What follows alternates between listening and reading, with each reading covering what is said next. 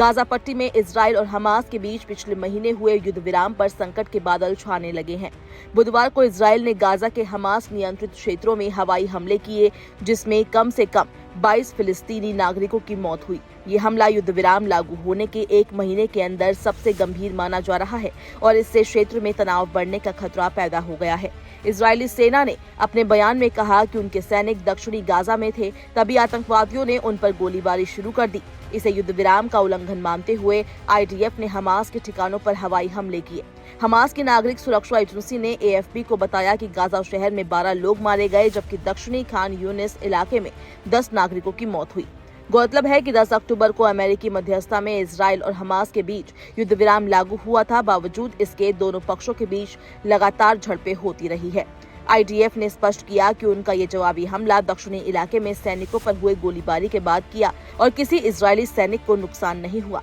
Israeli हमलों का असर केवल गाजा तक सीमित नहीं रहा। लेबनान के सिडोन शहर में भी बुधवार को हमले किए गए, जिसमें 13 लोग मारे गए और कई घायल हुए। लेबनान के स्वास्थ्य मंत्रालय के अनुसार सिडोन के पास स्थित फिलिस्तीनी शरणार्थी शिविर में आतंकियों के प्रशिक्षण शिविर को निशाना बनाया गया। हालांकि हमास ने इस हमले की निंदा की और कहा कि ये सामान्य खेल परिसर था जिसका इस्तेमाल नागरिक करते थे और वहां कोई सैन्य प्रतिष्ठान नहीं था। साउथ लेबनान में भी इजराइल ने हवाई हमले किए, जिसमें एक व्यक्ति की मौत हुई और 11 लोग घायल हुए। इसके साथ ही सेना ने हिजबुल्लाह के कुछ ठिकानों से सटे 2 गाँव को खाली करने का आदेश दिया। माना जा रहा है कि इन ठिकानों को भविष्य में निशाना बनाया जा सकता है। इजरायली सेना ने दक्षिणी लेबनान में 5 स्थायी चौकियों पर कब्जा कर रखा है, जिनमें अक्सर हवाई हमले किए जाते हैं। उनका कहना है कि ये हमले ईरान समर्थित हिजबुल्लाह और हमास सदस्यों पर केंद्रित हैं। गाजा में हमास के स्वास्थ्य मंत्रालय के मुताबिक युद्ध विराम लागू होने के बाद से इजराइल ने कई बार हमास के ठिकानों पर हमले किए, जिसमें अब तक 280 से ज्यादा फिलिस्तीनी मारे जा चुके हैं। बुधवार के हमले को इस अवधि में सबसे घातक हमलों में से एक माना जा रहा है।